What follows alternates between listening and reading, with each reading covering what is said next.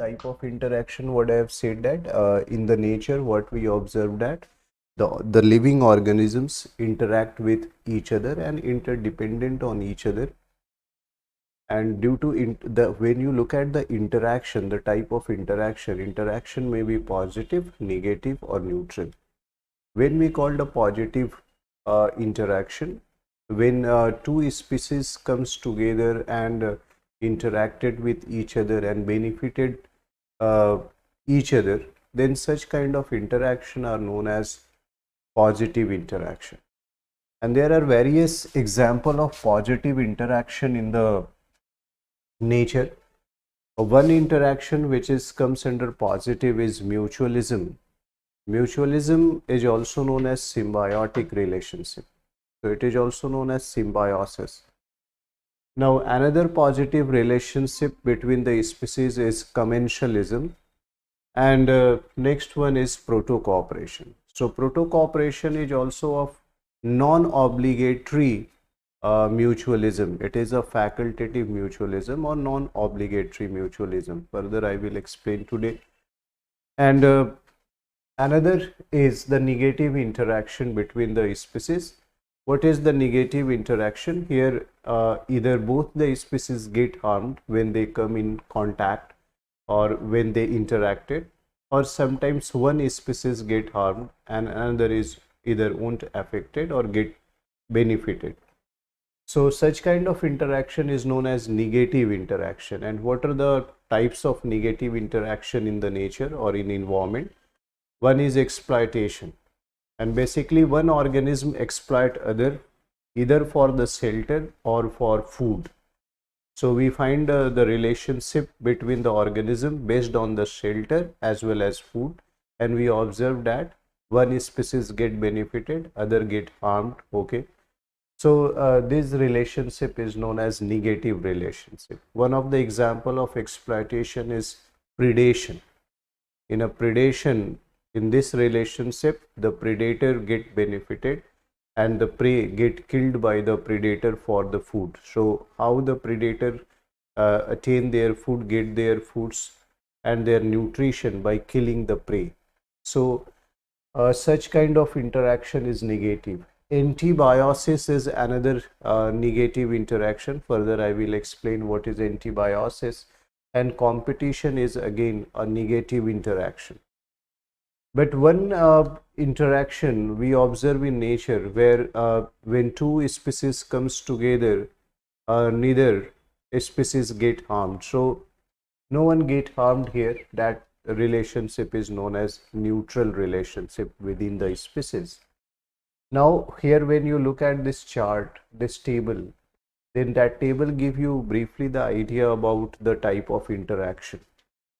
When you look at, I have written here the word neutralism. What the neutralism is?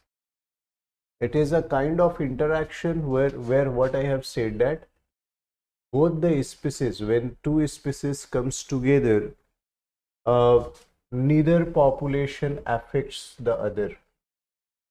Here, neither population affects the other. So such kind of interaction is known as neutral interaction. दो species आ रहे हैं और दोनों किसी को भी negatively affect नहीं कर रहे हैं, प्रभावित नहीं कर रहे हैं उसके रिप्रोडक्शन, उसके ग्रोथ, उसके पॉपुलेशन को. Then we called it what? Neutral relationship. We called it neutralism. Further I will explain it in details with proper example. All this first try to understand what is the mutualism. When two species comes together and both get benefits with this relationship, under this relationship, so such relationship is known as mutualism. So both the species derive benefits. This is the one line explanation of this relationship, mutualism. Okay, further I will explain with proper example. Commensalism is another interaction in the nature where it is positive zero interaction. Here population of one species get benefit while the other species neither get harmed or benefits. That is neutral. Okay, तो उसको benefit भी नहीं मिलेगा, उसे harm भी नहीं पहुंचेगा. तो इस तरह का relationship, only one species benefited, that species are known as commensal, while the other species which is known as host is not affected. तो दो स्पीसीज हैं यहाँ पर, जिसको बेनिफिट मिल रहा है उसे हम कमेंशियल कहते हैं, और जिससे वो बेनिफिट ले रहा है उसको कोई हार्म नहीं कर रहा है, ठीक है। तो हार्म करता तो पॉजिटिव निगेटिव रिलेशनशिप हो जाता, दोनों को बेनिफिट होता तो पॉजिटिव पॉजिटिव रिलेशन होता, बट यहाँ एक को बेनिफिट हो रहा है, दूसरे को कोई लॉस नहीं हो रहा है, कोई उसके ऊपर कोई इफेक्ट नहीं हो रहा है, तो इस रिलेशन को कॉमेंशियल कहते हैं, पॉजिटिव जीरो रिलेशनशिप है ये। प्रोटो कोऑपरेशन, मैंने कहा proto cooperation is a mutualism but it is non obligatory.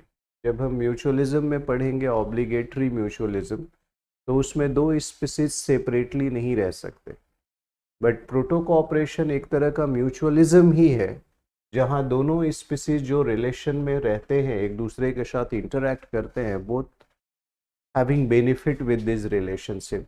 Okay, so what I have mentioned that interaction favorable to both species, but that interaction is non-obligatory.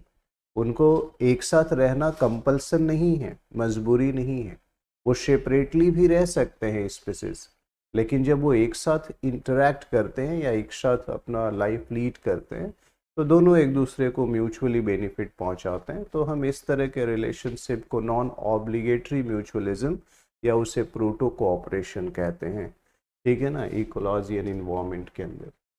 Next is predation. Next type is predation. Predation is positive negative relationship. What I have said that here one species which is known as predator, which is bigger in the size. Predator always very big in size. Okay, kills the other species which is known as prey and derive food. So it is a kind of exploitation which is based on food. Predation is a type of exploitation of one species, always exploit the other, kills other, okay, for the nutrition, for the food. So such kind of interaction is known as positive negative interaction. Now parasitism. Parasitism is also a positive negative interaction. Parasites, अब ये भी relation predation की तरह positive negative ही है, यानी यहाँ एक को बेनिफिट होगा, जिसको बेनिफिट होगा उसे पैरासाइट कहते हैं, और जिसे हार्म होगा उसे होस्ट कहते हैं। तो ये this is a host parasite relation. Here one species that is parasite get benefited and derive food as well as living on the host. तो फूड और शेल्टर दोनों मिलता है पैरासाइट्स को। कल एग्जाम्पल मैंने शायद कोट किया था, Plasmodium is a malarial parasite which live within the human body, have RBCs, and the human body get harmed, they causes malaria. So human यहाँ पर क्या है, होस्ट है, ठीक है, which get harmed. So parasite get benefited and host को क्या होता है, उसे हार्म पहुंचता है, उसको लॉस होता है, ठीक है ना, इस रिलेशनशिप में। तो पॉजिटिव निगेटिव इंटरेक्शन है, और ये भी जो एक्सप्लॉयटेशन का टाइप है, और इसमें भी जो रिलेशनशिप है वो फूड बेस्ड रिलेशनशिप है, ठीक है ना। इसमें पैरासाइट अपने फूड्स के लिए, शेल्टर के लिए होस्ट के ऊपर डिपेंड करता है। तो ये एक रिलेशनशिप मैं अभी आगे कंटिन्यू करूँगा डिस्कशन। उसके बाद देखो, one relationship is known as amensalism.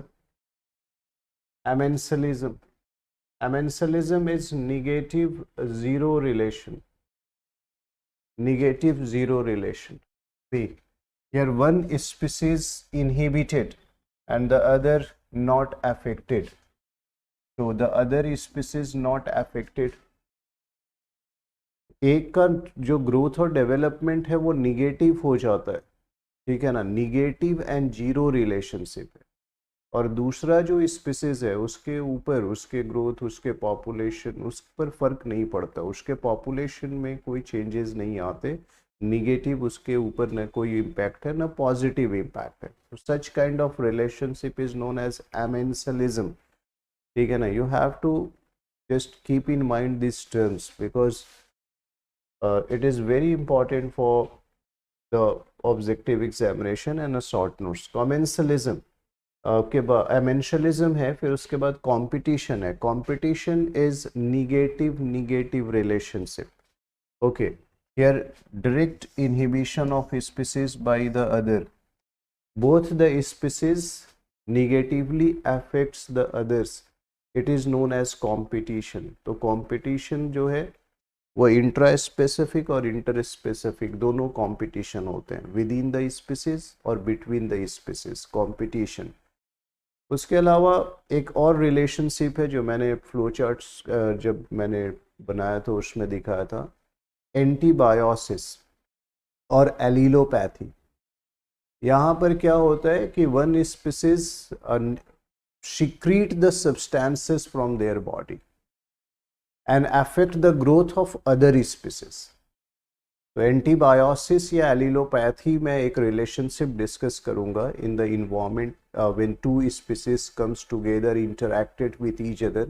We also observe antibiosis और allelopathy where one species secretes from their body the harmful substances or chemicals and inhibit the growth of other species. तो हम उसे कहते हैं antibiosis या उसे कहते हैं एलिलोपैथी. तो मैं अभी डिस्कस करूंगा उसके बारे में भी.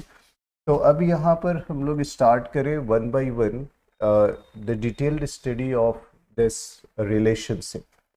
First what I have said that neutralism. What is neutralism? This is a relationship between two species. When two species are living in an environment together, तो यहाँ पर किसी भी एक स्पीसीज के द्वारा दूसरे के ऊपर कोई ना निगेटिव या पॉजिटिव कोई भी इम्पैक्ट्स नहीं होता. Not they are helping that species, not they are harming the species. So mutual harm या बेनिफिट्स नहीं पहुँचाते एक दूसरे को. Then such relationship is known as neutralism. So what I have mentioned here in the neutralism is, if you look at, if you observe, I have mentioned here that neutralism, the most common type of interspecific interaction, and neither population affects the other. Any interaction that do occur are the indirect or incidental. तो मैंने क्या कहा? Neither population affect the others.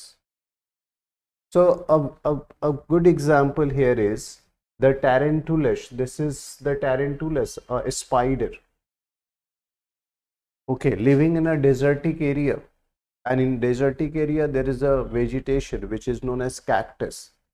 So cactus won't affect the life of tarantulus, tarantulus won't affect the life of the cactus, their growth and development. Both are living in the same environmental conditions, okay, but separately they lead their life. So this kind of interaction in the environment is known as neutralism. So tarantulus cacti relationship in a desertic area is an example of what? Neutralism. ये neutralism का example है. एक दूसरे को फर्क नहीं पड़ता है और नहीं एक दूसरे के लाइफ को अफेक्ट करते हैं.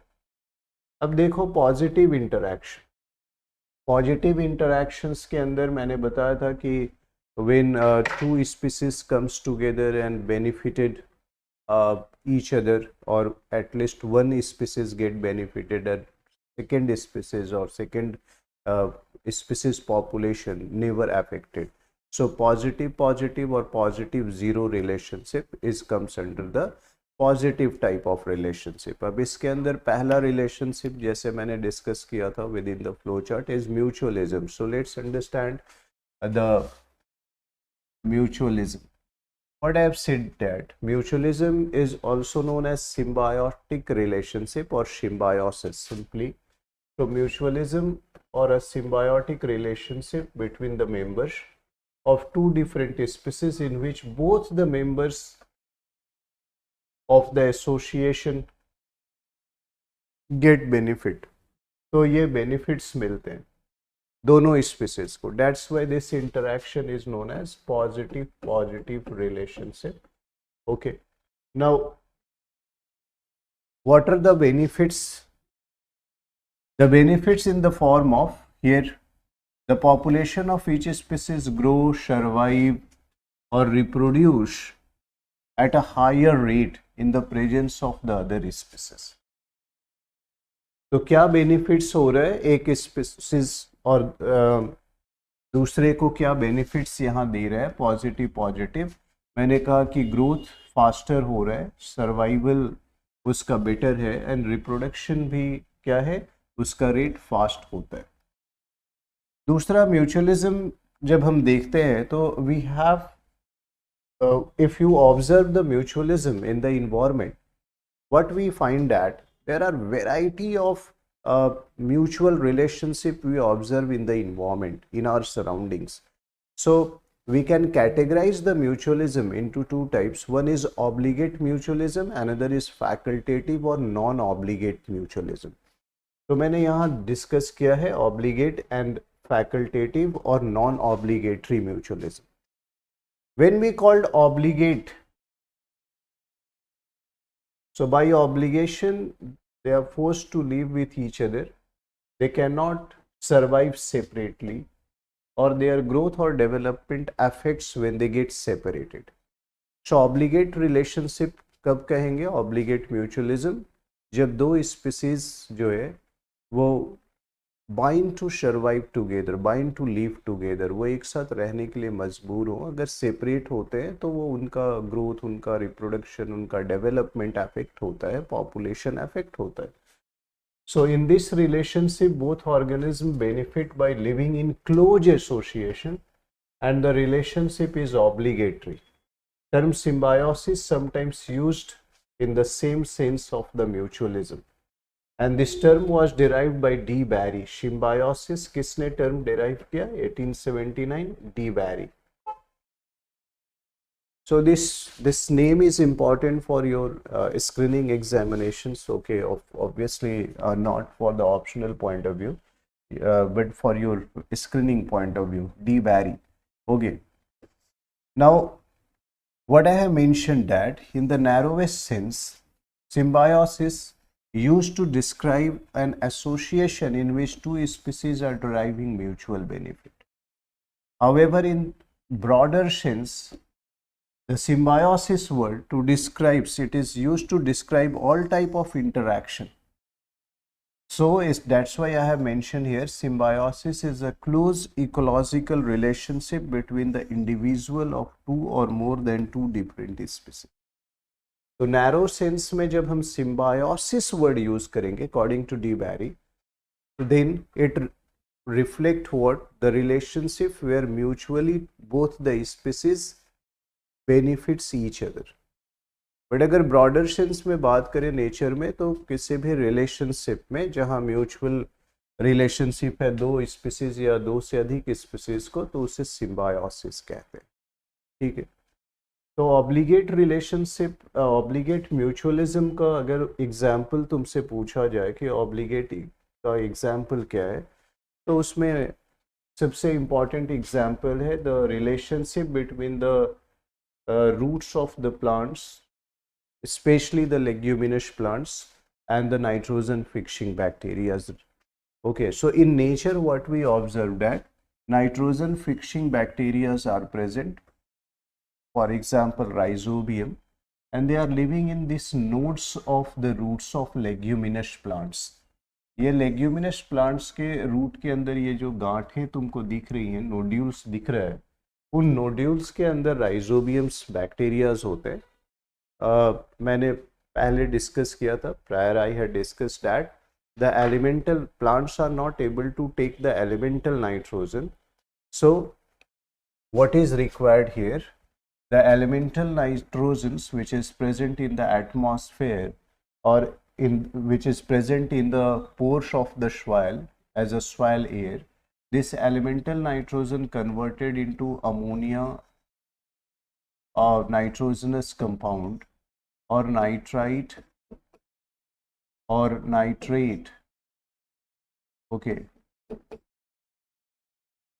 By these nitrogen fixing bacteria with the help of this rhizobium, which is present in this root nodules, okay, and then in this form the plants are able to take this nitrogen, and this nitrogen is essential component of the protein which helps to build the biomass of the plants.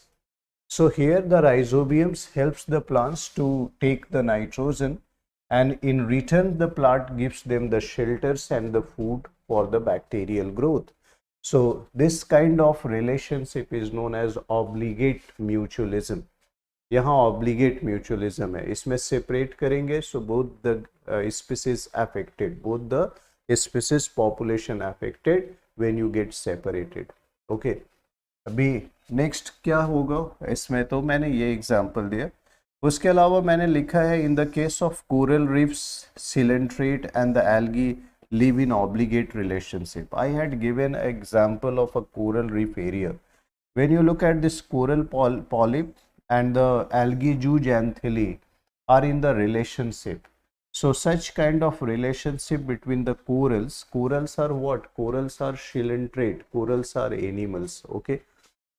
I had discussed during the oceanography how the coral reef formation takes place. So what are the corals? Corals are aquatic species. They are mainly found in the marine water bodies like ocean and seas. But few species of the corals are also present in the freshwater bodies. Okay. So corals are animals, basically belongs to the phylum Coelenterata or Cnidaria. And these corals are in relationship with this algae zooxanthellae जो यहाँ पर लिखा है. तो ये जो है एक obligate mutual relationship का एग्जाम्पल है. So this is an example of obligate mutualism. तो ये ध्यान रखना है, आपको एग्जाम्पल याद रखने होंगे. You have to keep in mind this example because it is a direct question. Now when you look at next example, next example of the obligate mutualism is the lichens. Lichens. Now when you look at, these are the lichens. Lichens are of various type, foliage, crustose, further you learn. So lichens are the plants which is an association of, अब lichens close association है, किसका association है? When the algae and fungus live together, then we called it lichen. So lichen is an association of algae और fungus, दोनों एक साथ रहते हैं तब हम उसे lichen कहते हैं. So fungus and an algae living in the close association, then it is known as lichens. So these are the lichens in which the algae and the fungus are in close association. This is an example of obligate relationship. अब algae जो है, algae के अंदर pigments होते हैं because they have the chloroplast, they have chlorophyll as a pigment, okay. So they are able to perform a photosynthesis and that's why they fix the inorganic substance into the organic one. But fungus, as you know, are the apigmented organism. Pigment नहीं होता उसमें, there is a lack of pigmentation in the fungus. So fungus, as I have said in my previous lecture, are decomposers, okay. They are saprophytes, depend on others for their foods, especially they are taking the foods from dead decaying substance, and that's why they are known as saprotrophs, okay. So here the fungus which is cannot creates their foods, synthesize their food with the help of sunlight and chlorophyll because they have lack of chlorophyll. तो यहाँ algae उन्हें क्या दे रहा है? Nutrition दे रहा है. बदले में the fungus absorbs the moistures and help the algal growth and development because that supports in the photosynthesis. So that kind of obligate relationship between the algae and fungus is known as lichen. Okay, so lichen is again example of what? The mutual, obligate mutualism. Now another example are mycorrhiza. Mycorrhiza is again a mutualistic relationship between the higher plant's roots as well as the fungi. Here the higher plant's roots and the fungal hyphae is there. Okay, so thread like structure होता है fungus का, उसे हम hyphae कहते हैं। वो fungal hyphae का close association होता है रूट्स के साथ, हायर प्लांट्स के रूट्स के साथ। हम उस क्लोज एसोसिएशन को क्या बोलते हैं? हम उसे कहते हैं obligate mutualism. So in case of mycorrhizal growth, जब हायर प्लांट्स के साथ फंगस का हाइफी जो है वो एसोसिएटेड हो, तो हमने उस रिलेशन को क्या बोला, क्या कहते हैं? माइकोराइजा कहते हैं। Plural is mycorrhizae. Now when we look at the mycorrhizal growth, तो यहाँ प्लांट्स क्या दे रहे हैं? Plants will provide the food and provide the shelter for the growth of that, आप वो देखेंगे।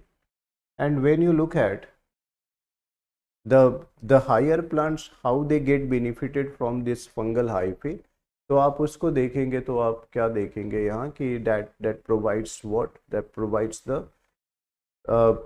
they absorb the moisture and provide that moisture to the plants. So both are in obligate relationship, वो दोनों obligate relationship के अंदर है। That obligate mutualism is known as what? Mycorrhizae.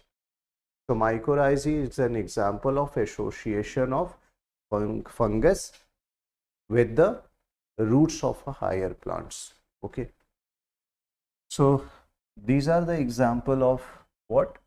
Obligate mutualism. अब देखो facultative mutualism और non-obligatory mutualism. Facultative या non-obligatory mutualism कब कहेंगे? जब दो स्पीसीज एक साथ इंटरैक्ट करते हो इन्वायरमेंट में, एक ही इन्वायरमेंट में रह रहे हैं, इंटरैक्ट कर रहे हैं एक दूसरे से, ज़रूरत है उनको, एक साथ रह रहे हैं वो, ठीक है ना, तो एक दूसरे को बेनिफिट्स भी पहुंचा रहे हैं। बट अगर वो सेपरेट भी हो गए तो उनके पॉपुलेशन के ऊपर कोई फ़र्क नहीं आएगा। They can separately live okay in the environment. ऐसा नहीं है कि कोई ड्रास्टिक डिजास्ट्रस लॉस होगा उनको when they separated out. Then such kind of relationship in the nature or in environment is known as facultative or non-obligatory relationship or non-obligatory mutualism. What are the example of it? And it is also known as proto-cooperation. So we have to understand the example. So मैंने यहाँ define किया facultative mutualism is also known as proto-cooperation, and in this relation both organism benefit by living close association but is not obligatory. But उनका close association में रहना obligatory नहीं है, वो separately भी सर्वाइव कर सकते हैं। One good example here I had mention is the relationship between this C anemone. ये जो तुम देख रहे हो ये ऊपर में ये एक सिलेंट्रेटा है, ठीक है ना, इसका नाम है सी एनीमोन। और ये नीचे जो देख रहे हो ये क्रैब है, इसका नाम है hermit crab. So this is the relationship between this hermit crab and the sea anemone. So I had mentioned here a Coelenterata is a phylum in this animal groups. Invertebrates हैं ये, non-chordates हैं, इनमें रीढ़ की हड्डी नहीं होती। Sea anemone, Edmatia palicata, attached to the, ये zoological name है animal का, Edmatia palicata, ऐसे इसका कॉमन नेम है सी एनीमोन। और ये सेल्स से अटैच होता है, किसके सेल्स से अटैच होता है? तो ये हर्मिट क्रैब्स का, जिसका नाम है यूपेगोरस रेडॉक्सिस, ओके, ये हर्मिट क्रैब, इसका zoological name. So the relationship between the C anemone and the hermit crab is an example of proto cooperation. It is an example of non obligatory mutualism. It is an example of facultative mutualism. When they are come, अब देखो क्या benefits देते हैं। ये जो सी anemone है, इसके ये जो निकले हैं इनको टेंटिकल्स कहते हैं, ऊपर में जो निकला है। एंड टेंटिकल्स में पॉइजनस ग्लैंड्स होते हैं, इसमें हिप्नोटॉक्सिन्स होते हैं, ठीक है ना, पॉइजनस जो है इसमें ग्लैंड्स होते हैं, हिप्नोटॉक्सिन्स होते हैं। तो ये जब प्रिक करेंगे, ठीक है ना, एनिमल्स में, तो वो एनिमल्स पैरालाइज्ड हो सकता है, ठीक है। तो चूंकि इनके पास पॉइजनस ग्लैंड्स है सी एनीमोन के पास, और क्या होता है सी में एनीमोन्स रॉक्स के ऊपर स्टैटिक होते हैं। ये सबस्ट्रेटम इनको मिलेगा, सतह मिलेगी, तो उस पर वो चिपक जाएंगे और वहीं रहेंगे और अपने टेंटिकल्स की मदद से वो फीड करते हैं, क्योंकि इनके पास एक ही ओपनिंग होती है, माउथ भी यही है और उसका एनस भी यही है, दैट इज नोन एज हाइपोस्टोम्स। तो उसी के थ्रू वो फूड लेते हैं। तो चूंकि ये मूव नहीं कर सकते या मूव करते नहीं है, सबस्ट्रेटम पे फिक्स रहते हैं, तो यहाँ पर हर्मीट क्रैब के ऊपर अगर ये आ जाते हैं तो हर्मीट क्रैब मूव करता है, तो इनका एक वाइडर एरिया मिलता है फॉर द फीडिंग। फीडिंग के लिए इनको एक वाइडर एरिया मिल जाता है, जहाँ जहाँ क्रैब जाएगा वहाँ वहाँ जो है सराउंडिंग से ये दे हैव द जू प्लैंक्टन्स, तो वो उसको खाने के लिए मिलेगा। हर्मीट क्रैब को क्या बेनिफिट्स यहाँ मिलेगा इसके आने से, कि जो हर्मीट क्रैब्स के प्रीडेटर्स हैं, जो उसके एनिमीज हैं, जो उसे किल कर सकते हैं या हार्म पहुंचा सकते हैं, तो इसके रहने से वो आसपास आएंगे तो इनके पास हिप्नोटॉक्सिन्स है, इनके पास पॉइजन्स है, वो प्रिक करेगा, तो they are mutually benefits each other. तो इस तरह से ये एक दूसरे को, बट अगर ये सेपरेट भी रहता है सबस्ट्रेटम पे तब भी ये फीडिंग कर सकता है, तब भी ये ग्रो कर सकता है, तब भी ये रिप्रोड्यूस करता है, और हर्मिट क्रैब भी, बट म्यूचुअल आ जाने से दोनों को बेनिफिट्स हो रहे हैं। So such kind of relationship is known as proto-cooperation in the nature, or it is known as non-obligatory or facultative mutualism. Okay, now let's understand. So this is a very popular example, generally often asked in the screening paper. Now when you look at the next other example, there are lots of, मैंने कहा कि symbiosis और mutualism के nature में बहुत सारे examples मिलते हैं, ठीक है। The flowering plants and the pollinators, जैसे हनी बी है या बर्ड्स हैं, तो क्या करते हैं, ये फूलों पे गए और फूलों से नेक्टर लिया, ठीक है ना, और नेक्टर्स अपने फीडिंग के लिए उसने इस्तेमाल किया, फूड्स है नेक्टर उनके लिए। बदले में क्या दिया हनी बी ने पौधों को, यहाँ से पॉलेंस लिया और दूसरे फ्लावर्स के ऊपर जाकर उस पॉलिन को गिराया। तो इस प्रोसेस को हम पॉलिनेशन कहते हैं, जब पराग एक जगह से दूसरी जगह फूल पे आए या उसी फूल पे ही गिरे तो क्या होगा, सेल्फ और क्रॉस पॉलिनेशंस होते हैं, और जिससे कि फर्दर क्या होती है, फ्रूटिंग होती है, यानी पौधे में फर्टिलाइजेशन होता है। तो ये जो फर्टिलाइजेशन पौधे में होगा जिससे फ्रूटिंग होगी, उसमें हेल्प करते हैं हनी बी या बर्ड्स। तो इसमें दोनों को म्यूचुअली बेनिफिट होता है, बर्ड्स को या हनी बी को फूड मिला या इंसेक्ट्स को फूड मिला पौधे से, और पौधे को बदले में क्या बेनिफिट्स मिल रहा है कि उनका पॉलन ट्रांसफ़र हो रहा है, ये पॉलिनेटर्स हैं तो ये पॉलन ट्रांसफ़र कर रहे हैं, एक फूल से दूसरे फूल पर पराग जा रहा है और उससे फर्टिलाइजेशन हो रहा है। फर्टिलाइजेशन से क्या होगा, as a result of fertilisation fruiting होगी, फ्रूट्स में सीड्स होंगे, सीड्स डिस्पर्श होगा, अगर ब्रेक होगा अगर फ्रूट्स, तो उसमें से सीड निकलेंगे, वो ज़मीन पर गिरेंगे तो फिर से पौधा ग्रो करेगा, तो वो जनरेशन बाय जनरेशन ग्रो करेगा। तो उसके लिए फर्टिलाइजेशन होना, पॉलिनेशन होना बहुत ज़रूरी है। तो it is also a kind of mutualism, it is also kind of symbiotic relationship. So the relationship between the plants and the pollinator is also an example of what, mutualism or symbiosis.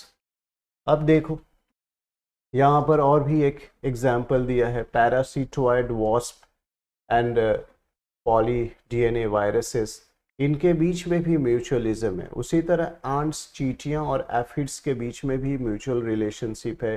Termites जो होते हैं, जो लकड़ी में घून लग जाते हैं जिसे कहते हो, ठीक है ना, and endo symbiotic protozoa, protozoa के अंदर होते हैं ये टर्माइट्स जो है, वो endo symbiotic relationship with protozoa होते हैं। Protozoals are in their bodies and they mutually benefited each other. So there are various example of mutualism in the nature, and human and the domestic animals, ये facultative या non obligatory relationship है। आप पेट रखते हो, उससे आप egg लेते हो या मीट लेते हो या आप उससे मिल्क लेते हो, डिफरेंट फॉर्म में आप ऊल लेते हो, बदले में आप उससे फीड करते हो, that is a non obligatory relationship between the domestic animal and a human being.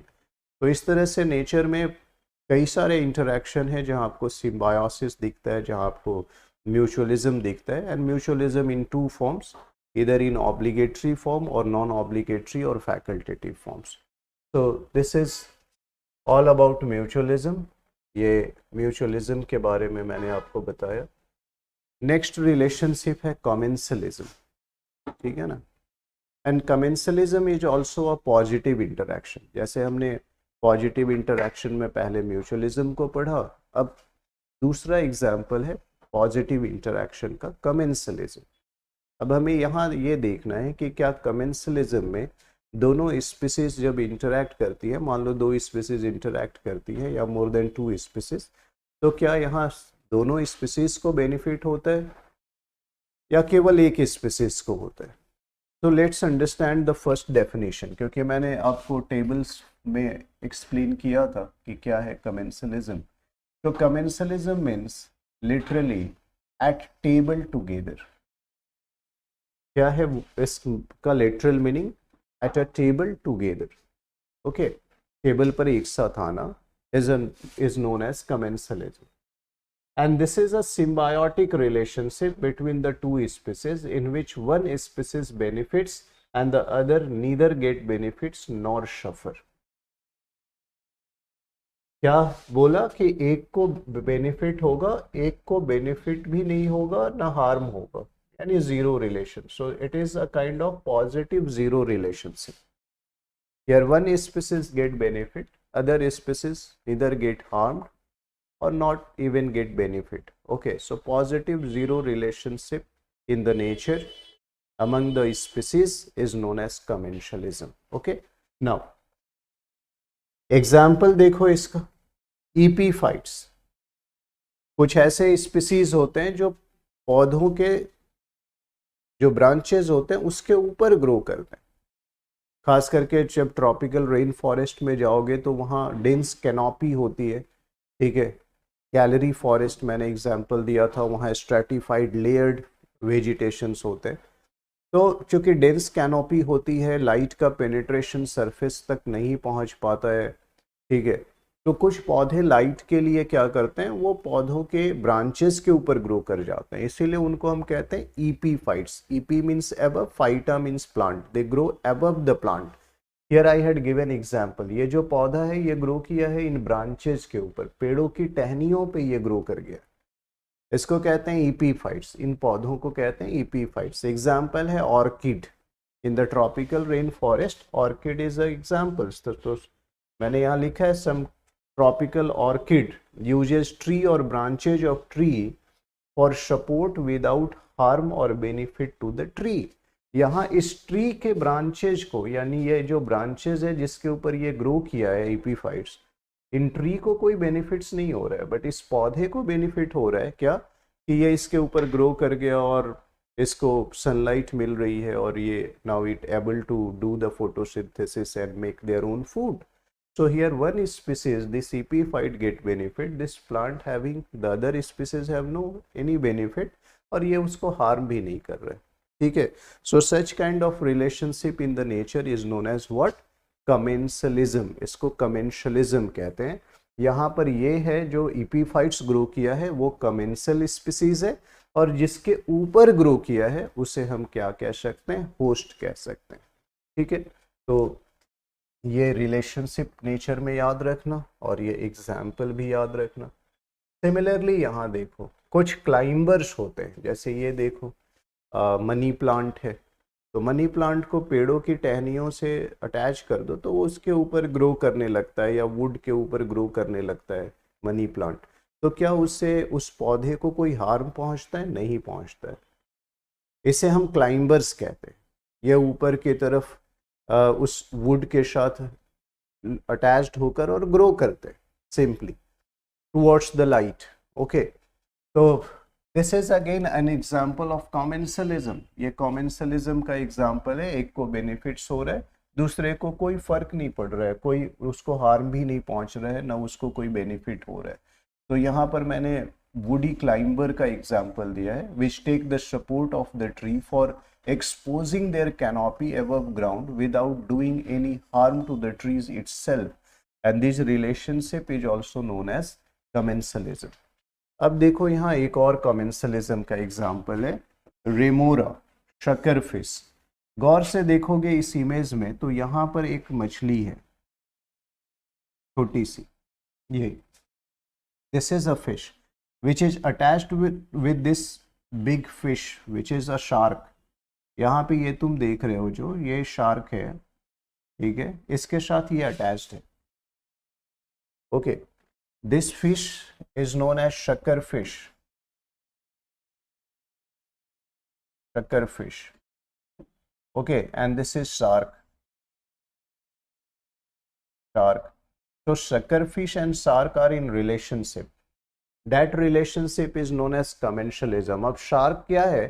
Shark is a big fish. उसके साथ ही अटैच्ड होकर चलते रहती है। शार्क जो खाया, जो किल किया उसने प्रे को, और खाने के बाद उसमें से जो बचा हुआ हिस्सा है ये खाते रहते हैं, तो इनको ही वो फूड मिलता रहता है, उससे शार्क को कोई हार्म नहीं है। इसको, इससे बेनिफिट्स किसको है? इस सकर फिश को बेनिफिट है, ठीक है, इस रेमोरा को बेनिफिट है। तो यहाँ पॉजिटिव जीरो रिलेशनशिप है। इस पॉजिटिव जीरो रिलेशनशिप को क्या कहते हैं? This positive zero relationship is known as what? Commensalism. इसको कमेंसलिज्म कहते हैं। तो याद रखना, shark sucker fish relation is an example of commensalism. Climbers and wood relation is an example of commensalism. Epiphytes and the branches of tree relationship is an example of commensalism. So commensalism examples आपको बहुत सारे मैंने यहाँ पर दिए, तो आपको याद रखना है ये एग्जाम्पल बेस्ड क्वेश्चन होगा। तो मैंने पॉजिटिव रिलेशनशिप्स डिस्कस किया आपके साथ, ठीक है, म्यूचुअलिज्म और सिम्बायोसिस और कमेंसलिज्म, ठीक है, ये रिलेशनशिप मैंने डिस्कस किया। अब देखो प्रोटो कॉपरेशन भी डिस्कस किया, जिसे नॉन ऑब्लिगेटरी कहते हैं। तो पॉजिटिव कवर हुआ। अब देखते हैं निगेटिव इंटरैक्शन। जब हम बात करते हैं निगेटिव इंटरैक्शंस के, तो निगेटिव इंटरैक्शंस का मतलब क्या है? यहाँ पर at least one species get harmed. Okay, when the two species are in relationship, एक को हार्म होना ही तय है, एक को होगा ही होगा, ठीक है, तब हम उस रिलेशनशिप को कहते हैं निगेटिव रिलेशनशिप, ठीक है, या फिर दोनों को हार्म हो सकता है।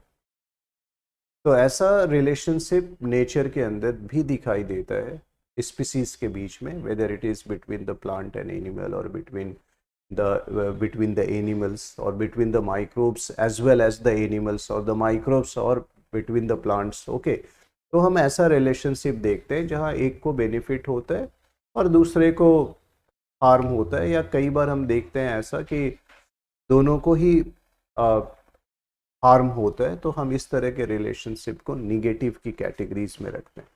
तो मैंने यहाँ मेंशन भी किया है कि an interaction in which either both participating species और one of the participants get harmed is called negative interaction. Okay, and negative interaction are generally classified into three broad categories: exploitation, antibiosis, and competition. So I have to explain it. तो neutralism मैंने बता दिया है, positive interaction बता दिया है। तो flow chart में मैंने न्यूट्रल्स के बारे में बताया था रिलेशनशिप, तो neutralism I had explained already, positive interaction भी कर दिया है। अब रेस्ट क्या बचा है? निगेटिव इंटरैक्शन को स्टडी करना। So let's see here. इसमें मैंने बताया कि या तो दोनों स्पीसीज को हार्म होगा, या एक को हार्म होगा, एक को बेनिफिट्स हो सकता है, या एक को हार्म हो सकता है, एक को कोई भी ना बेनिफिट्स होगा ना लॉस होगा। तो इस तरह के जो रिलेशनशिप डेवलप होंगे, इसे हम क्या बोलेंगे? इसे हम कहेंगे निगेटिव इंटरैक्शंस। और उसमें ये तीन ब्रॉड ग्रुप है, इन तीन ब्रॉड ग्रुप को हमें समझना है। So let's start with the first, exploitation. Exploitation देखें पहले। यहाँ देखो एक्सप्लॉयटेशंस का एग्जाम्पल क्या है कि here one species harms the other by making its direct or indirect use for support or shelter or food, and thus exploitation may be respect of shelter and food. तो मैंने क्या कहा कि when two species comes together, started living together, one species, at least one species, okay, यहाँ पर मैंने लिखा है कि other one species harms the other by making its direct और indirect use for the shelter और सपोर्ट और food. तो एक स्पीसीज दूसरे से फूड डिराइव करता है और दूसरे को हार्म पहुंचाता है, या उससे शेल्टर लेता है यानी वहाँ पर आवास बनाता है अपना, दूसरे को नुकसान पहुंचाता है। तो इस तरह के रिलेशनशिप को एक्सप्लॉयटेशन कहते हैं।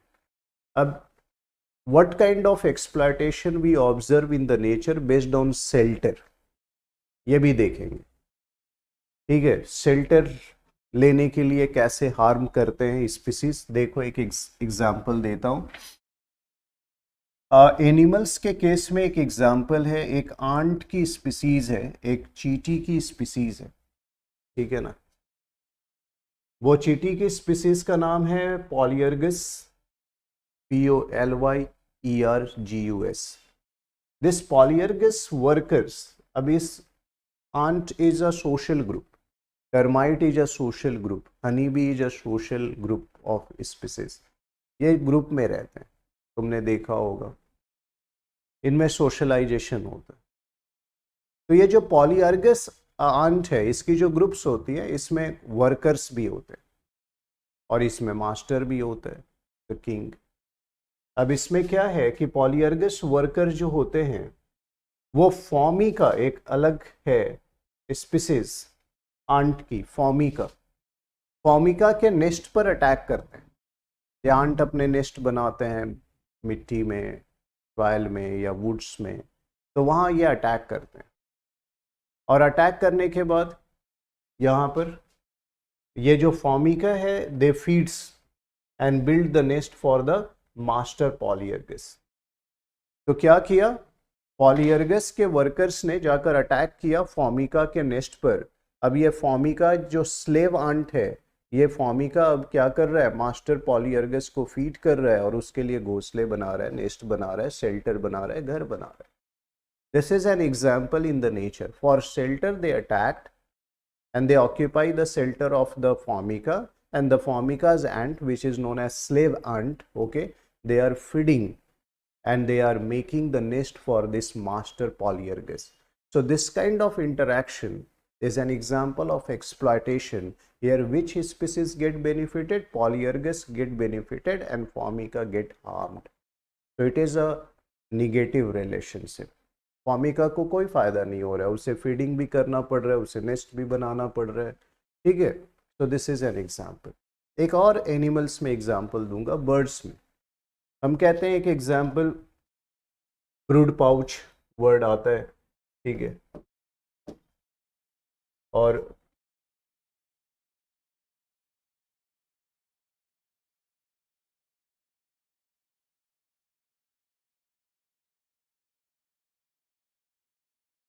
Brood nesting.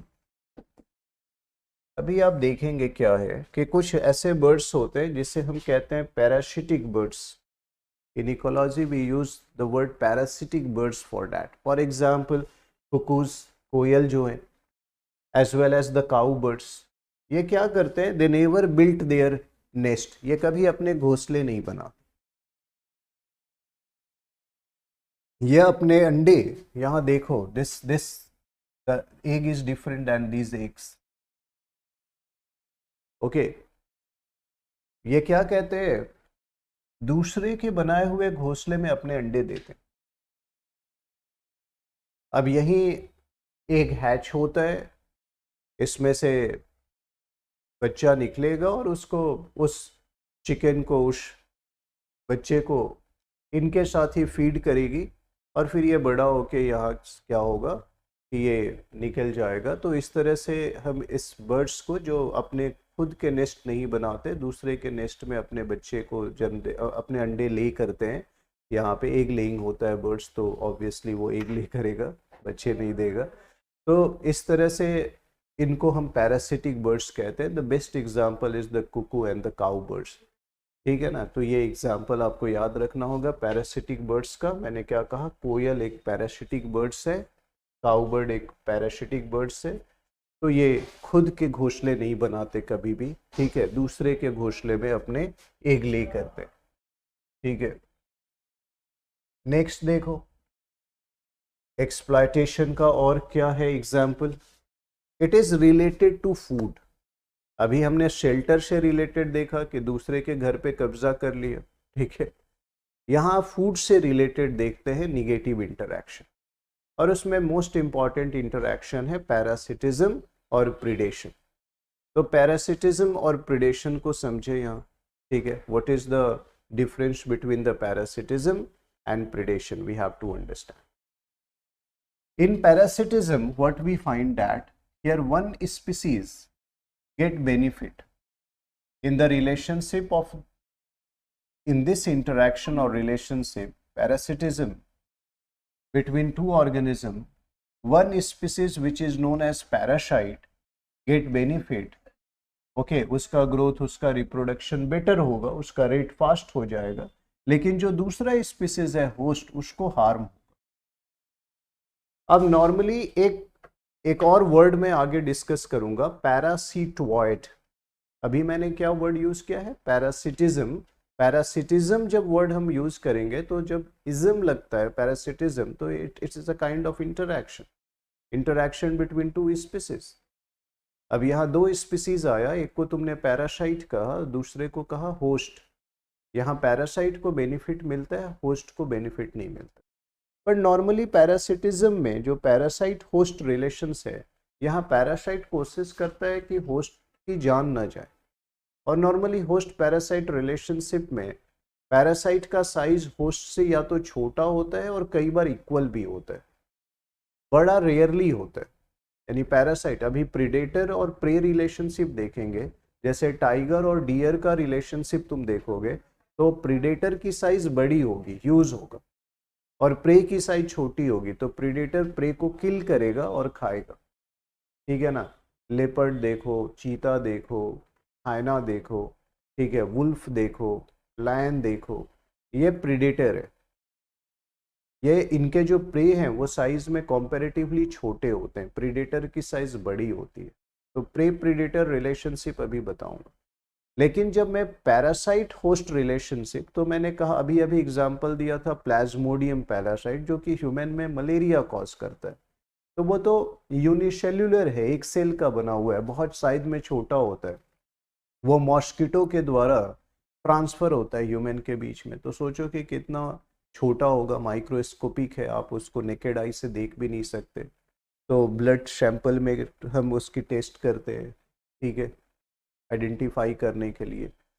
तो अभी क्या है कि पैरासाइट की साइज बहुत छोटी भी हो सकती है और इक्वल भी हो सकती है होस्ट के बराबर। बड़ा साइज होना होस्ट से वो बहुत डिफिकल्ट है, वो बहुत रेयरली ऐसे कुछ है पैरासाइट्स जो कि अपने होस्ट से साइज में बड़े हो सकते हैं, but that is a very rare example of in the nature.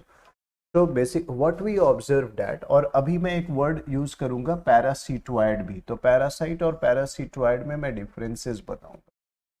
Often parasite won't wanted to kill, and what are parasite? Parasite are those species which live on the other species as well as taking the nutrition or food from that species too. जैसे in case of plasmodium living in the liver of a human being and often come to the blood vessels, and they also what depend on the RBCs, ये red blood cells को खाते हैं, ठीक है, उसे तो क्या है, फूड भी ले रहे हैं और शेल्टर भी ले रहे हैं। तो मैंने बताया in relation to the food, this is one kind of a relationship which we called parasitism. Okay, तो I have mentioned here parasitoid, हम उसे कहते हैं, मैं आगे डिस्कस भी करूंगा। पैरासिटोइड उसे कहते हैं those who often kill the host, जो अक्सर होस्ट को किल कर देते, उसको इतना डैमेज पहुंचाएंगे, इतना निगेटिवली हार्म करेंगे कि उसकी डेथ हो जाएगी। तो ये हमने आप देखोगे पैरासिटोइड के अंदर। So what I have mentioned here, the host of for the parasite may be definitive host और इंटरमीडिएट होस्ट। अब होस्ट भी दो तरह के होते हैं। किसी पैरासाइट जिनके ऊपर डिपेंड करता है वो दो तरह के होस्ट होते हैं। पैरासाइट जिस पे डिपेंड करता है हम उसको होस्ट कहते हैं, फॉर फूड और शेल्टर और फॉर ट्रांसमिशन। अब एक होस्ट होता है उसको कहते हैं डेफिनेटिव होस्ट, और दूसरे जो होस्ट होते हैं उनको कहते हैं इंटरमीडिएट होस्ट। तो होस्ट दो तरह के हो गए, ठीक है, जिन पे पैरासाइट डिपेंड करता है। One is definitive host and second is intermediate host. So you have to understand what is the differences between this definitive host, which is also known as primary host, and what is the difference between the intermediate host, which is also known as secondary host. तो दो host होते हैं। तो यहाँ पर मैंने definitive host के लिए वर्ड प्राइमरी होस्ट भी यूज किया है और इंटरमीडिएट होस्ट के लिए सेकेंडरी होस्ट भी यूज किया है। यहाँ मैंने मेंशन किया है कि द सेकेंडरी होस्ट किसे कहते हैं? They harbors the parasite only for a shorter transition period during which some developmental stage complete but do not perform sexual reproduction. क्या होता है सेकेंडरी होस्ट? सेकेंडरी होस्ट वह ऑर्गेनिज्म है जिसके बॉडी के अंदर अगर पैरासाइट एंटर करता है तो पैरासाइट वहां पर ग्रोथ करता है। पैरासाइट का लाइफ साइकिल का कुछ स्टेज वहां कंप्लीट होता है, बट सेक्सुअल रिप्रोडक्शन नहीं होता। और सेकेंडरी होस्ट के बॉडी के अंदर पैरासाइट कुछ शॉर्ट पीरियड के लिए रहता है, कंप्लीट लाइफ टाइम के लिए नहीं रहता, शॉर्ट पीरियड के लिए रहता है। थोड़ा ग्रोथ एंड डेवलपमेंट हुआ लेकिन कभी भी सेक्सुअल रिप्रोडक्शन नहीं हुआ, ठीक है। तो ऐसे होस्ट को सेकेंडरी होस्ट कहते हैं, ऐसे होस्ट को इंटरमीडिएट होस्ट भी कहते हैं। लेकिन जो डेफिनेटिव और प्राइमरी होस्ट है, और अभी जो डेफिनेटिव और प्राइमरी होस्ट है, हम उस होस्ट को प्राइमरी या डेफिनेटिव होस्ट कहते हैं जिनमें कि सेक्सुअल रिप्रोडक्शन होता है, ठीक है। तो ड्यूरिंग द डेवलपमेंटल स्टेज जिस होस्ट के बॉडी के अंदर सेक्सुअल रिप्रोडक्शन करते हैं पैरासाइट्स, हम उसे प्राइमरी होस्ट या डेफिनेटिव होस्ट कहते हैं, और जिसमें वो अपने लाइफ साइकिल को कंप्लीट करते हैं, लॉन्गर पीरियड ऑफ टाइम रहते हैं, उससे फूड लेते हैं और उसे हार्म भी पहुंचाते हैं। तो एग्जाम्पल दिया है, human are the primary host for trypanosoma. Trypanosoma gambiense ये पैरासाइट है, it is a parasite. Okay, Trypanosoma ये एक species है Gambians, तो Trypanosoma is a parasite. और in this case, the human being, the man, is a host and it is a primary host, definitive host. Primary hosts are also known as definitive host. So it is a definitive host, it is a primary host. But इसमें secondary host भी है। ये Trypanosoma man को affect करेगा, यहाँ से food लेगा और मैन की बॉडी में रहेगा, लेकिन कुछ शॉर्ट पीरियड के लिए ये मैन की बॉडी तक पहुंचता कैसे है? Through the secondary host. Secondary host का नाम क्या है? CC fly. एक मक्खी है जिसका नाम है सीसी फ्लाई। तो ये इंसेक्ट के थ्रू मैन के अंदर पहुंचता है। इंसेक्ट का नाम क्या है? इंसेक्ट का नाम है सीसी फ्लाई। ओके, और ये ट्रिपैनोसोमा ह्यूमन के अंदर आएगा, ह्यूमन को हार्म करेगा, यहाँ से फूड लेगा, बदले में बीमारी देगा। बीमारी का नाम क्या होगा? Sleeping sickness, African sleeping sickness. Okay, तो तुमने क्या देखा यहाँ पर? सेकेंडरी होस्ट या इसे इंटरमीडिएट होस्ट भी कहते हैं, इंटरमीडिएट होस्ट, ठीक है। इसमें सीसी फ्लाई इंटरमीडिएट होस्ट है। ट्रिपैनोसोमा सीसी फ्लाई के अंदर इंटर करेगा। जो भी कोई इन्फेक्टेड व्यक्ति है उसको अगर सीसी फ्लाई ने कट किया तो उसके ब्लड को इसने चक किया तो सीसी फ्लाई में ये पैरासाइट एंटर कर गए।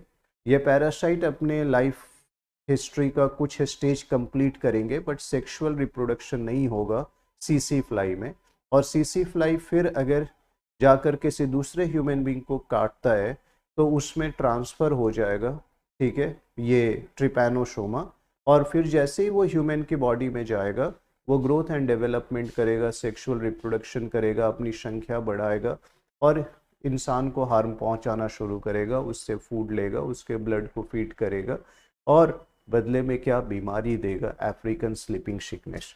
तो यहाँ दो होस्ट हैं। तो कुछ ऐसे पैरासाइट हैं जिनकी लाइफ साइकिल में दो होस्ट आते हैं, एक को इंटरमीडिएट कहते हैं जिसमें वो शॉर्ट स्पैन ऑफ टाइम के लिए रहता है, और दूसरा एक डेफिनेटिव या प्राइमरी होस्ट कहलाता है जिससे वो फूड लेता है, शेल्टर लेता है, हार्म भी पहुंचाता है। ओके, ये सीसी फ्लाई को कोई हार्म नहीं पहुंचाता, उसको कोई बीमारी नहीं होता। जैसे फीमेल एनोफिलिस प्लाज्मोडियम का इंटरमीडिएट या सेकेंडरी होस्ट क्या है? Female Anopheles. प्राइमरी होस्ट क्या है? मैन। बीमारी किसको हो रही है? मैन को हो रही है प्लाज्मोडियम से। लेकिन मॉस्किटो को बीमारी नहीं हो रही है, मॉस्किटो को मलेरिया नहीं होता, फीमेल एनोफिलिस को। उसके बॉडी में जब मलेरियल पैरासाइट एंटर करता है प्लाज्मोडियम मॉस्किटो के प्रोबॉस्सिस के अंदर, बॉडी के अंदर, तो उसे हार्म नहीं पहुंचाता। तो यहाँ मैंने क्या कहा कि एक ये है CC fly, it is a fly, TAC fly. Okay, this is the fly. It is an intermediate host. Man is a primary host or definitive host. कोई इन्फेक्टेड मैन है, उसको इसने काटा, इसके प्रोबोसिस में, ठीक है, या इंटर कर गया। एंटर करने के बाद जब इसने ह्यूमन को कट किया तो ह्यूमन के अंदर ये ट्रांसफ़र कर दिया इसको। तो यहाँ पे इसका ग्रोथ डेवलपमेंट इसके ऊपर फीडिंग करेगा। यहाँ देखो, यहाँ ब्लड में ये सिलेंडर फॉर्म दिख रहा है तुम्हें, और ये स्टम्पी फॉर्म, ये यहाँ पर ह्यूमन के ब्लड वेसल्स में अपने शेप भी चेंज करता है, रिप्रोड्यूस करता है, डेवलप करता है, और ब्लड कर्पशल्स को खाता है, इससे न्यूट्रिशन लेता है और बदले में बीमारी देता है इंसान को। उसका नाम है अफ्रीकन स्लीपिंग सिकनेस। ओके, इंसान कमज़ोर होता है, हमेशा नींद आती रहती है, ड्राउजीनेस रहता है, वीकनेस होती है, मसल फटीगनेस होता है, ट्रीट नहीं किया जाए तो डेथ भी हो सकती है। ठीक है, so this is known as host parasite relationship. यहाँ बेनिफिट्स किसको हो रहा है? ट्रिपैनोसोमा को हो रहा है, ट्रिपैनोसोमा को हो रहा है, ठीक है ना, इस पैरासाइट को हो रहा है जो कि इंडो पैरासाइट है, जो शरीर के अंदर इंटर कर जाता है और हार्म करता है। तो ये मैंने रिलेशन बताया। अब ये है पैरासिटोइड का एग्जांपल। पैरासिटोइड किसे कहते हैं?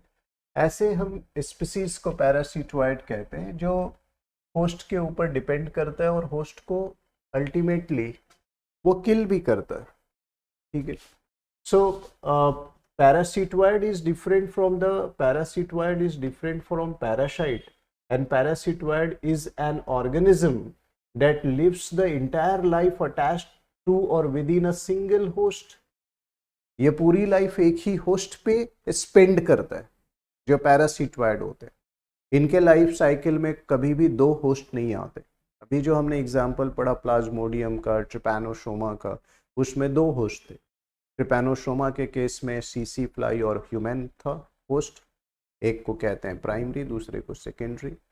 प्लाज्मोडियम के केस में फीमेल एनोफिलिस और मैन था होस्ट, एक को कहते हैं प्राइमरी, दूसरे को सेकेंडरी। लेकिन यहाँ सिंगल होस्ट होते हैं। And unlike a true parasite, however, it is ultimately sterilize and kill and sometime consume the host. और होस्ट को कंज्यूम कर जाता है, किल कर देता है, मार देता है, पैरासिटोइड कहते हैं। तो parasites often they won't want to kill. Parasite life long रहना चाहते हैं, उससे फूड लेना चाहते हैं, शेल्टर लेना चाहते हैं for prolong period of time. लेकिन पैरासिटोइड अल्टीमेटली किल कर देता है, वो एक ही सिंगल होस्ट पे डिपेंड करता है। किलिंग के बाद obviously the life of parasitoid is also affected, क्योंकि उसको फिर या तो नया होस्ट चाहिए, नहीं तो उसका खुद का अफेक्ट होगा। So parasitoid are large relative to the host, and parasite like the predator limit the population of the host species, but they are generally depend on the host species and do not have choice or alternative like predator. Predator के पास तो क्या है कि अब ऐसा थोड़ी है कि the lion and the tiger have only one species in the jungle or the forest. They have multiple species, but parasites जो होते हैं, जैसे मैंने कहा प्लाज्मोडियम के लिए मैन है जो कि पैरासाइट द होस्ट है, तो लिमिटेड नंबर ऑफ होस्ट होते हैं। Parasite also check the population of host because sometimes they kill the host, like predator the kill the prey and limit the population of the prey in the environment. वो check and balances के लिए भी है। Environmental balances में prey predator relationship एक अहम भूमिका निभाता है फूड साइकिल के अंदर। नहीं तो प्रे की संख्या बढ़ जाएगी, उससे भी इन्वायरमेंटल इम्बैलेंसेस होगा। उसी तरह पैरासाइट भी होस्ट के पॉपुलेशन को चेक करता है, लेकिन पैरासाइट्स के जो होस्ट होते हैं वो लिमिटेड होते हैं, और अगर वो होस्ट नहीं रहा तो पैरासाइट की लाइफ भी अफेक्ट होगी। लेकिन प्रेडेटर के केस में ऐसा नहीं है। प्रेडेटर कई तरह के प्रे के ऊपर डिपेंड करता है, एक प्रे खत्म भी हो गया तो दूसरे प्रे हैं वो सर्वाइव कर जाएगा प्रेडेटर। तो यहाँ ये रिलेशन समझना है। पैरासाइट मैंने बताया स्मॉलर साइज के होते हैं, ठीक है ना, उनकी बायोटिक पोटेंशियल जो होती है वो प्रेडेटर की कंपैरिजन में हाई होती है, एक बार में बड़ी संख्या में वो अपना रिप्रोडक्शन करते हैं लार्ज नंबर में। कौन? जो पैरासाइट्स होते हैं। लेकिन प्रेडेटर साइज में कम होते हैं तो उनकी जो बायोटिक पोटेंशियल है, उनकी ब्रीड करने की पोटेंशियल है, मैक्सिमम क्षमता, वो कम होती है। वो 1 2 4 बच्चों को जन्म देते हैं। लेकिन पैरासाइट्स जो होते हैं वो हजारों की संख्या में रिप्रोड्यूस करते हैं, ग्रो करते हैं, ठीक है। तो पैरासिटिक बायोटिक पोटेंशियल हाई होती है प्रेडेटर के कंपैरिजन में। यहाँ मैं पैरासाइट, प्रेडेटर और पैरासिटॉइड के बीच में कंपैरिजन बता रहा हूँ आप लोगों को। उसके बाद parasites have poor means of dispersal and require specialized structure to reach for invade the host. Okay, क्या है कि पैरासाइट को होस्ट तक पहुंचने के लिए कुछ स्पेशलाइज्ड स्ट्रक्चर की जरूरत होती है। अगर जैसे मैंने अभी बताया प्लाज्मोडियम नेचर में है, बट वो ह्यूमन तक कैसे पहुंचेगा? फीमेल एनोफिलिस के माध्यम से पहुंचेगा। जब तक फीमेल एनोफिलिस ट्रांसमिट नहीं करेगा वो नहीं पहुंच सकता मैन के अंदर। उसी तरह से ट्रिपैनोसोमा मैन के अंदर कैसे पहुंचेगा? सीसी फ्लाई चाहिए, वो वेक्टर चाहिए, ठीक है। तो बहुत सारे ऐसे डिजीजेज आप पढ़ेंगे, काला ज़र, ठीक है ना। तो अभी आप देखेंगे कि how we transfer, or the dengue, how we transfer. The mosquito is a agent, that is the intermediate host. तो पैरासाइट, प्रीडेटर के केस में तो ऐसा है नहीं, लायन और टाइगर्स आप देखेंगे। So predator on the other hand are quite mobile and capable of capturing the prey. Tiger के सामने नहीं जाओगे तो वो आप सामने आ जाएगा एनिमल्स के, वो तो मोबाइल है। बट ये पैरासाइट्स नेचर में ऐसे रहेंगे जब तक उसे कोई ट्रांसफ़र करने के लिए स्पेशल स्ट्रक्चर नहीं होगा एंटर करने का, तो वो एंटर नहीं कर पाएगा होस्ट की बॉडी में, ठीक है ना। That is the limitations between the parasite as well as the prey. अब देखो पैरासाइट्स भी दो तरह के होते हैं, एक तो होस्ट के बॉडी के बाहर होते हैं, उसे हम एक्टोपैरासाइट कहते हैं, ठीक है। और दूसरा एक होस्ट के बॉडी के अंदर में होते हैं, हम उसे इंडोपैरासाइट कहते हैं। जैसे मैंने बताया जितने भी बैक्टीरियाज हैं, जितने भी वायरसेस हैं जो अटैक करते हैं ह्यूमन बॉडी के ऊपर, वो ह्यूमन बॉडी के अंदर चले जाते हैं और उसको हार्म पहुंचाते हैं। तो डेट इज़ नोन एज इंडोपैरासाइट, ठीक है ना। जैसे कॉलरा हुआ इंसान को, तो बैक्टीरिया का नाम है विब्रियो कॉलरी, ठीक है ना। तो विब्रियो कॉलरी या कॉर्नी बैक्टीरियम डिप्थीरी जो डिप्थीरिया करते हैं, ठीक है ना, या माइकोबैक्टीरियम ट्यूबरकुलोसिस जो कि टीबी करता है, ट्यूबरकुलोसिस डिजीज। तो ये सारे इंडो पैरासाइट के एग्जाम्पल हैं, ये बॉडी के अंदर चले जाते हैं, उसे हार्म करते हैं, ठीक है। Plasmodium is an example of Indo parasite, Trypanosoma is an example of Indo parasite. ये इंटीरियर में जाकर हार्म कॉज करता है, तो रहता भी है होस्ट के बॉडी के अंदर, उससे फूड भी लेता है, तो शेल्टर और फूड दोनों लेते हैं। बट एक्टोपैरासाइट कहते हैं, जैसे लीच देखा होगा आपने, जोंक, तो वह स्किन को पकड़ लिया और ब्लड शक किया, ठीक है ना। या लाइस देखा, ठीक है, या साइमेक्स देखा, खटमल जो होते हैं वो ब्लड शक करते हैं, वो खाट में होते हैं, ठीक है ना, बेड्स के अंदर होते हैं और वो ब्लड शक करते हैं। तो ये क्या कहलाते हैं? These are known as ectoparasite, इसे हम एक्टोपैरासाइट कहते हैं। So parasites are of two type, endo and ectoparasites. फिर दूसरी बात है, पैरासाइट्स को हम लोग टेम्पररी और परमानेंट भी कह सकते हैं, ठीक है। एक कैटेगरी में हम इसे ऐसे भी डिवाइड कर सकते हैं, temporary and permanent. Temporary parasites are the parasites which come in contact with the host for a short or the brief period, okay, short or the brief period, like the female mosquitoes, Anopheles or Culex or Aedes aegypti. All these mosquitoes creates what different diseases, कोई dengue करता है, कोई chikungunya करता है, कोई malaria करता है, further जब मैं डिस्कस करूंगा। बेडबग साइमेक्स, मैंने कहा बेडबग जो खटमल तुम कहते हो, ठीक है, साइमेक्स, या शैंड फ्लाई, फ्लेबोटोमस आर्जेंटिपस, ये भी बीमारी कॉज करता है। सीसी फ्लाई, ग्लॉसिना पैल्पेलिस इसको कहते हैं, सीसी फ्लाई का जूलॉजिकल नेम है। वेर एज, तो ये सारे जो हैं ये जब कांटेक्ट में आएंगे तभी तो आपको हार्म पहुंचाएंगे, ये टेम्परेरी है। These are the temporary parasite. When the blood, the mosquito came in contact of you, then they suck the blood from you. तो मॉस्किटो एक टेम्पररी पैरासाइट हो गया। लेकिन परमानेंट पैरासाइट किसे कहते हैं? Permanent parasites remain in contact with the host through out their life.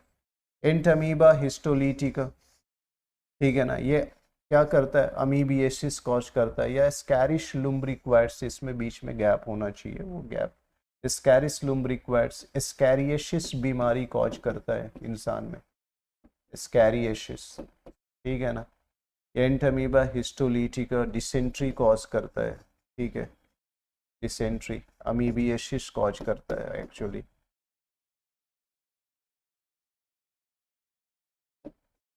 तो ये जो है टीनिया शोलियम, ये टैप वर्म कहते हैं इसको, ठीक है, टेनियसिस कॉज करता है, इंटेस्टाइनल डिजीजेज हैं ये, इसको कॉज करता है। तो ये परमानेंट पैरासाइट है, होस्ट के बॉडी में एंटर कर गई तो विदाउट मेडिकेशन क्योर है, इसके लिए मेडिकेशंस लेना पड़ेगा आपको, मेडिसिन लेनी पड़ेगी, ड्रग्स लेना पड़ेगा, ठीक है। So with the help of this chemical medicine and drugs you can cure of it, otherwise they will permanently settle there, hard to remove in the nature. So these are known as permanent parasite. तो parasite मैंने कहा ecto Indo, और अब now look at the predation. Predation क्या है? 5 minutes you can find out here. Predation मैंने कहा था, प्रिडेशन में one species get benefited, other get harmed. The species which get benefit is known as predator. The species which get harmed in this relationship is known as prey. So it is also known as prey-predator relationship.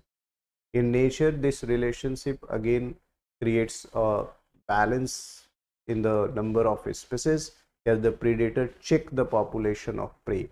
तो यहाँ पर ये prey predator, और predator में मैंने बताया कि predator की साइज बड़ी होती है, ठीक है ना। Predator are free living and they are quite mobile, ये मूव कर सकते हैं, and they kill another species prey for food. दूसरा हर्बीवोरी, ये भी एक्सप्लॉयटेशन का एक एग्जांपल है। जो शाकाहारी होते हैं एनिमल, वो क्या खाते हैं? प्लांट खाते हैं। प्लांट इज अनदर स्पीसीज, ठीक है ना। ड्यूगोंग, सी काऊ जिसे कहते हो, तो ड्यूगोंग, तो ये क्या, ये हर्बीवोरी है, प्लांट खाते हैं। It is again an example of exploitation. Food के लिए आप दूसरे पे निर्भर हैं और उसे ख़त्म कर देते हैं, ठीक है ना। तो herbivory is an example of also what, it is an example of negative interaction. ये भी निगेटिव इंटरैक्शन का एग्जाम्पल है हर्बीवोरी। और एमेंसलिज्म क्या है? Amensalism, try to understand, is when one species suffer and the other interacting species experience no effect. तो ये क्या है? Negative zero interaction.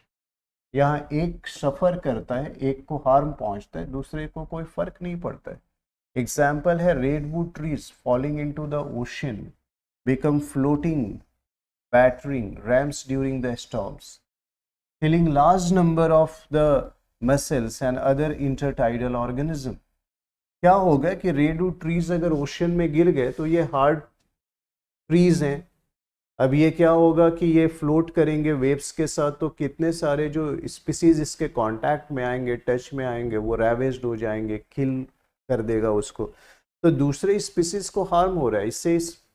ये लकड़ी टूट के गिर गया, उसको क्या फ़र्क पड़ना है? उसको कोई फ़र्क नहीं पड़ना है, ठीक है। So such kind of interaction in the nature is known as what? Amensalism. इसको हम एमेंसलिज्म कहते हैं। So this is for today, आज के लिए इतना ही काफ़ी है. ओके.